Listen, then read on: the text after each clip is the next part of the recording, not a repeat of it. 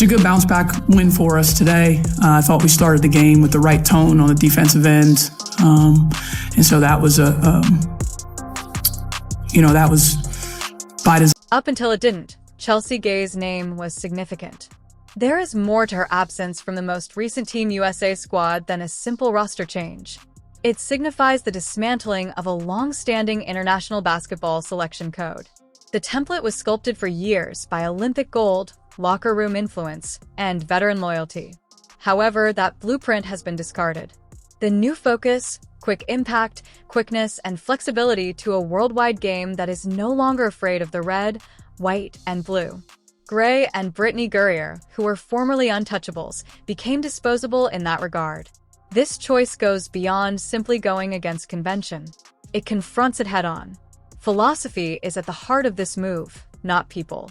With a youth-focused squad that places a wager on adaptability, USA basketball has completely changed the landscape. Shooting and athleticism above titles and tenure. The emphasis is obviously on a team that can change with the international game rather than rely on legacy, with Caitlin Clark emerging as the offensive cornerstone. A new era built for 2028 is being ushered in by this difficult but well-planned shift. The leak did not have the same impact as a tidal wave. The whispers at Team USA had escalated into a full-fledged roar behind the scenes. It was Caitlin Clark. Chelsea Gray was not present. Brittany Gurrier has also left. The most startling aspect was that it wasn't a slow political move. It was a straight, clean cut. The choice was made by the coach. That was the slogan that was circulating, resounding like a siren across front offices and locker rooms. It wasn't a loyalty action. This was a tactic. No one pointed fingers when reporters pressed for explanations, but the quiet said a lot. There was no sugarcoating the fact that the choice had nothing to do with who had performed exceptionally well. It had to do with who is now great. And it's okay if that means putting names that were formerly automatic locks on the back burner. Olympic gold medalist, WNBA champion, and seasoned playmaker Chelsea Gray ended up on the wrong side of this new line. It wasn't because she lacked talent or accomplishments, but rather because the bar had changed. Team USA wasn't waiting for anyone to catch up since the game had changed. The fact that she wasn't on the roster indicated that she didn't feel the same way. The output of the current was in. This wasn't about demeaning her resume. It had to do with concrete facts and hard data. Gray's recent performance had declined. The coaching staff had every reason to change course due to her age, injuries, and job redundancy. The message from the top was unmissable, yet she still had fans and supporters in the media. This group had no intention of looking back. Brittany Gurrier was another. Just her name is powerful. 10 years of supremacy and visibility on the international scene. Gurrier, however, was not exempt. It wasn't a personal decision to remove her from the roster. It was philosophical. Team USA's new strategy is to be quick, adaptable, perimeter-heavy, and conventional large, regardless of how iconic, no longer fits that puzzle piece. Gurrier's leadership and legacy are undeniable. However, the coaching staff's sole responsibility was to assemble a team capable of defeating contemporary international competition. That required making the unimaginable question. What if there is an issue with legacy? What if we are being slowed down by it? Cut the fallout. The internet exploded as soon as the roster was made public. Fans were enraged, perplexed, and occasionally ecstatic. For some, Gray and Grinder's exclusion was sacrilegious in addition to being surprising. A whole different firestorm was sparked by Caitlin Clark's inclusion. Had she not been included in the initial Olympic roster? Had something altered? Or was this the original plan? According to insiders, the change had nothing to do with pressure. It has nothing to do with Instagram followers, jersey sales, or TV ratings. It had to do with fitness, Clark's shooting, her court vision, and her capacity to stretch defenses. She became necessary as a result. Due to her popularity, she was left off the team. She succeeded because the play's approach required her. Although Kathy Angelbert didn't provide many details, there was an obvious undertone in the way she communicated the decision. The league was keeping a tight eye on things. In addition to winning, Team USA needed to change. Furthermore, according to Angel Engelbert, Evolution entails paying attention to data, adjusting to worldwide trends, and making decisions that may not always satisfy everyone. Indeed, some choices are painful, but her position was unambiguous. This relates to the upcoming chapter. No matter how adorned, clinging to the past won't get the team ready for what lies ahead in Paris or Los Angeles. Joining the team wasn't a publicity stunt. Since the beginning, she's been plagued by the Indiana fever, performing highlight plays and exhausting logo threes as if it were a Tuesday. More than any debate show, her numbers spoke for themselves. And this roster required her skill to alter the game's tempo. Nevertheless, her choice ignited a match in a gasoline-filled chamber. People were asking, how could someone get cut weeks ago and now be at the center of the team? However, those individuals weren't paying enough attention. Clark is not an exception to the way the game is evolving. She is the prototype. This goes beyond simply changing the roster. It is a redesign of the blueprint. The three pillars of Team USA's new concept are flexibility, tempo, and spacing. The days of using a strong post-up center to overwhelm smaller teams are long gone. That formula is no longer effective. Not when other countries are playing defense, hammering threes, and pushing transition for 40 minutes in a row. Thus, the coaches changed the order of importance. Players that are able to protect the perimeter, shoot outside shots, and transition between 3 or 4 positions. As a result, a younger, faster, and sharper squad was created for the long term rather than for nostalgia. Everything revolves around LA 2028. This crew isn't limited to Paris. This serves as a basis. The new roster's average age is in their mid-20s. A complete generational shift from other Olympic lineups. 2 cycles were taken into consideration when selecting each name. Win today, and during the following 4 years, let's progress together. Clark plays a crucial role in this situation. She is more than just a scorer. The system is built around her. Includes shooters, defenders, and running wings. The vision is that a core that perseveres, gains knowledge collectively, and reaches its zenith when the spotlight shines in Los Angeles. However, one name remains when each new one is added. Additionally, the herd is genuine for Griner Gray fans and other veterans. The reputation of USA basketball was established by these guys. Even if it's not their intention, their absence feels like an eraser. Caitlin Clark is aware of the gravity of the situation. She remained silent and polite in public, but insiders claim that even she was taken aback by the abrupt change in course. She is not attempting to take anyone's place. She is making an effort to seize the chance. That pressure is tremendous. This is the wider picture. International women's basketball is rapidly catching up. In any case, nations like Spain, France, and Australia don't fear Team USA. They have tactics that penalize teams that adhere to outdated practices, as well as shooters and slashers. The United States would lose if they didn't change. It's that easy. It's now a race against time rather than other teams. Is it possible for this new group to get together before Paris? Is Clark able to lead under pressure? If things don't work, will the coaching staff be able to withstand the blowback? What's at stake is that the future of U.S. domination depends on intelligence rather than safety. Caitlin Clark was not merely added to the roster. She was given the go-ahead. The feedback was constant during training and scrimmages. She was testing defenses in ways that Team USA hadn't seen since the heyday of Diana Taurasi. Her range opens up driving lanes and disrupts organized defensive sets by forcing opponents to guard her 30 feet from the basket. It's not a luxury. In today's global game, it is essential.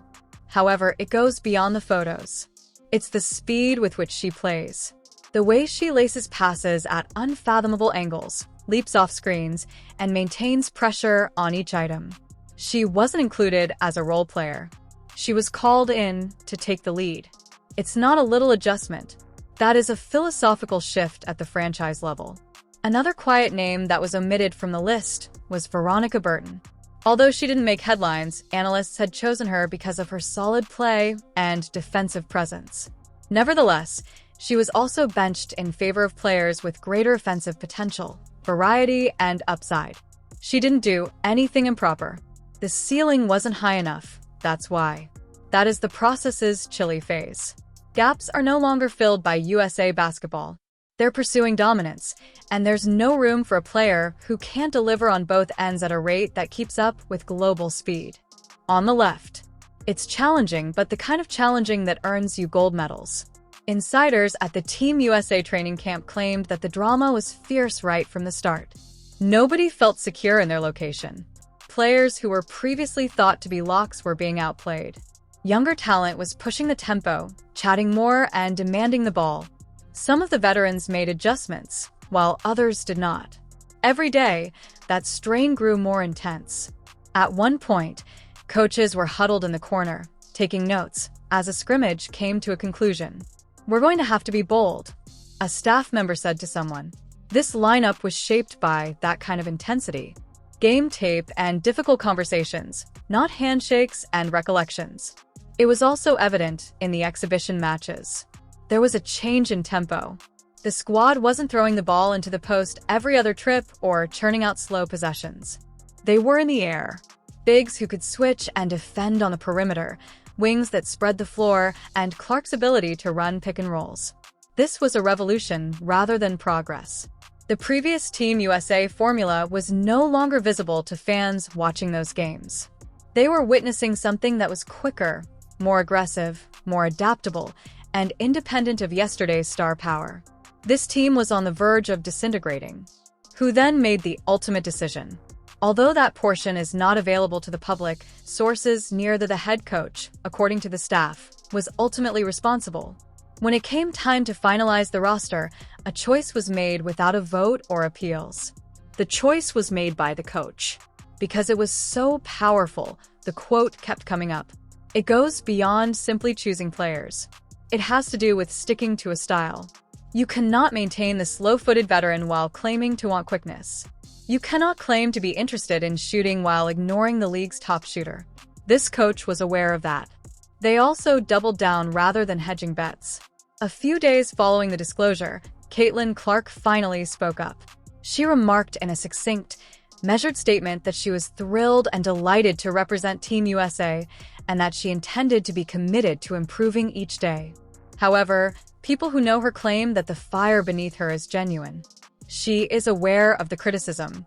She is familiar with the story. Some people think she's only there to sell tickets. But it's obvious where she stands. She intends to unequivocally demonstrate that she is more than just the future of women's basketball. The present is her. And with the ball in her hands, chemistry questions could be the key to that proof. A significant roster change like this raises one important question, of course. Will they work well together? The Olympic stage is harsh. Dominating training camp is one thing. Against teams that have been playing together for years, it's another to come together during a crucial moment. Chemistry is not self-constructing. Additionally, leadership must emerge quickly with a younger group. Despite Clark's prominence, the club will require vocal anchors and colleagues who can maintain intensity without becoming conceited. It takes time for that kind of culture to develop. Furthermore, there is a serious risk because legacy players are no longer present to offer stability.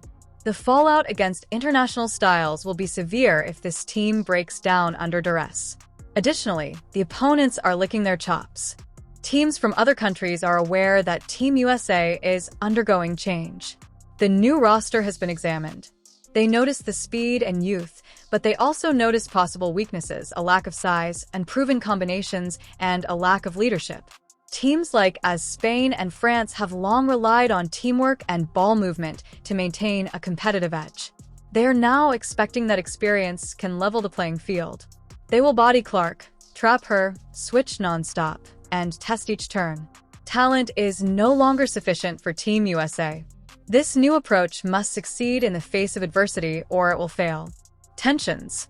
This is all the more dramatic because of what it stands for. An era comes to an end. Players such as Sylvia Fowles, Diana Taurasi, and Sue Bird.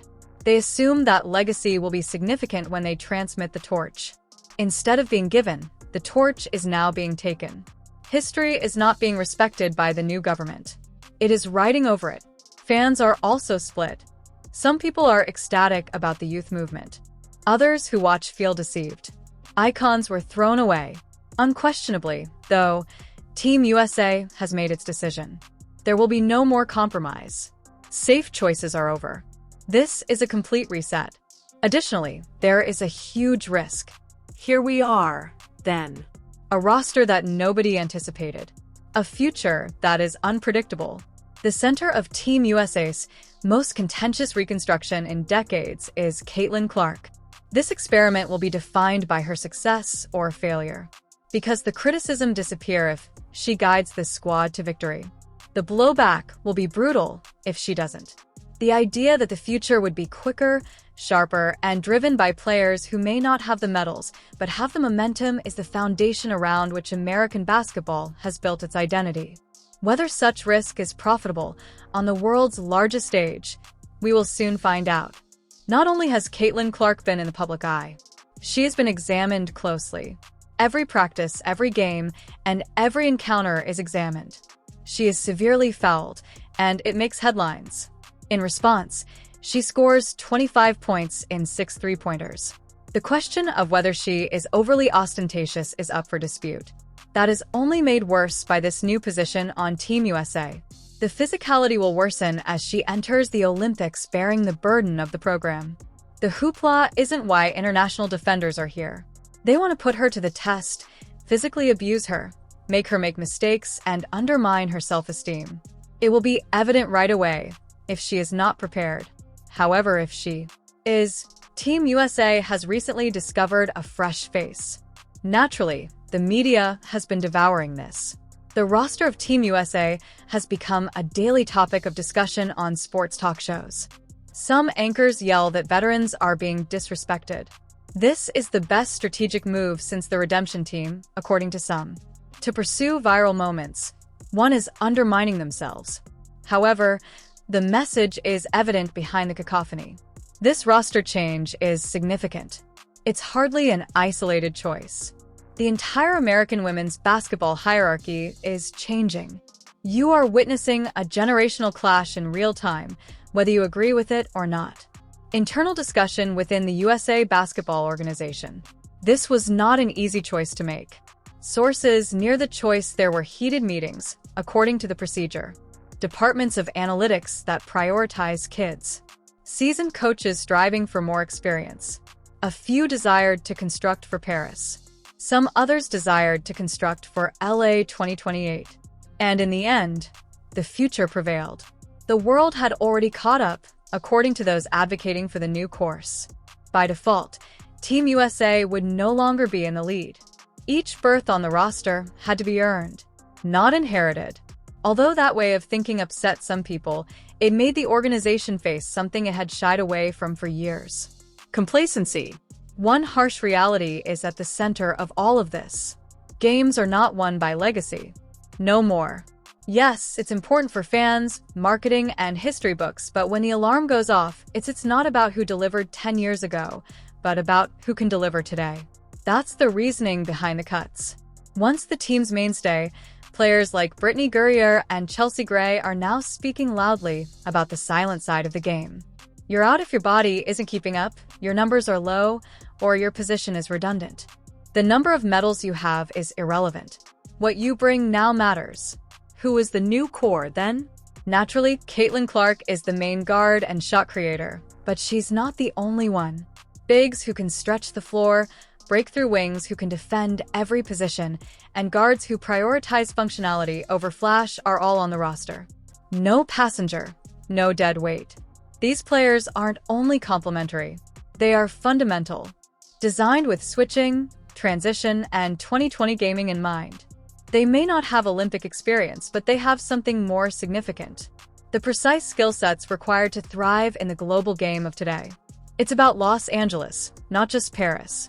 This roster screams long-term commitment in every way. The strain is already mounting since the Olympics will return to your country in 2028. The Federation isn't merely aiming for victory right now. In 3 years, they hope to have a team that can take center stage. Because of this, numerous veterans were overlooked. It's not intimate. It has to do with math. How many of them will be able to survive? Not many.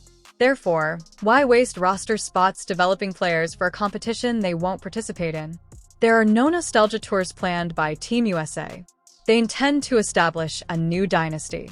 Naturally, social media escalated the discussion into a full-fledged conflict.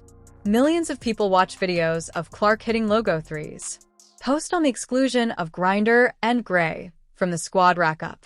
Tens of thousands of comments. On the internet, half of people complain about injustice. At last, the other half lets forth a scream. Players have also jumped in. Some tweets were mysterious, while others were praise-filled. Then there's the unavoidable.